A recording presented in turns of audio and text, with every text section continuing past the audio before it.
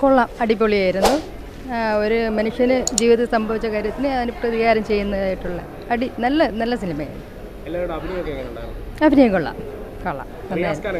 റിയാസ് ഖാൻ നല്ല അടിച്ചു കളിച്ചു. നല്ല പടമായിരുന്നു. ഒരു ത്രില്ലറാണ്, പക്ഷെ കുഴപ്പമില്ല, നല്ലതായിരുന്നു. കുഴപ്പമില്ല, നല്ല എന്നാൽ എല്ലാവർക്കും നല്ലതായിട്ടുള്ള വേഷങ്ങളുണ്ട്, പക്ഷെ കുഴപ്പമില്ല, നന്നായിട്ട് ചെയ്തിട്ടുണ്ട് എല്ലാവരും. ഇഷ്ടപ്പെട്ട കാര്യങ്ങൾ നല്ല പടമായിരുന്നു. റിയാസ് ഖാൻ വലിയ റോളൊന്നും ഇല്ലായിരുന്നു, എന്നാലും കൊള്ളായിരുന്നു. കുഴപ്പമില്ല, ആവറേജ് ആണ് പടം.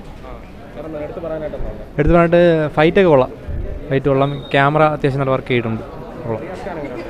റിയാസ് ഖാൻ്റെ പെർഫോമൻസ് പുള്ളി കുറച്ച് നേരമേ ഉള്ളൂ, പക്ഷേ നന്നായിട്ട് ചെയ്തിട്ടുണ്ട്. നമ്മൾ പഴയ റിയാസ് ഖാനല്ല, നമ്മൾ പുതിയ റിയാസ് ഖാൻ നമുക്ക് കാണാം.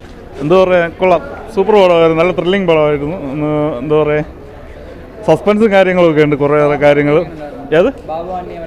എല്ലാവരും പൊളിയാണ്. ബാബു ആൻ്റണി പൊളിയായിരുന്നു. ബാബു ആൻ്റണിക്കൊക്കെ ഒരു ചെറിയ റോളാണെങ്കിൽ പോലും ആ റോൾ മാക്സിമം യൂട്ടിലൈസ് ചെയ്തിട്ടുണ്ട്.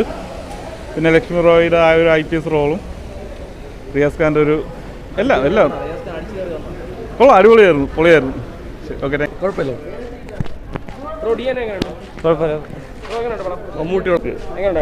പടം കൊള്ളാം, നല്ല രസമുണ്ട്. ഇൻ്റർവെല്ലിന് ശേഷം ട്വിസ്റ്റ് ഉണ്ട്, കൊള്ളാം, കുഴപ്പമില്ല. തുടക്കം തന്നെ ആ ഹീറോൻ്റെ ആക്ഷൻ സീനൊക്കെ കൊള്ളായിരുന്നു. ക്ലൈമാക്സിൽ പ്രെഡിക്റ്റ് ചെയ്തില്ല, പക്ഷെ സെറ്റായിരുന്നു പടം, കൊള്ളാം.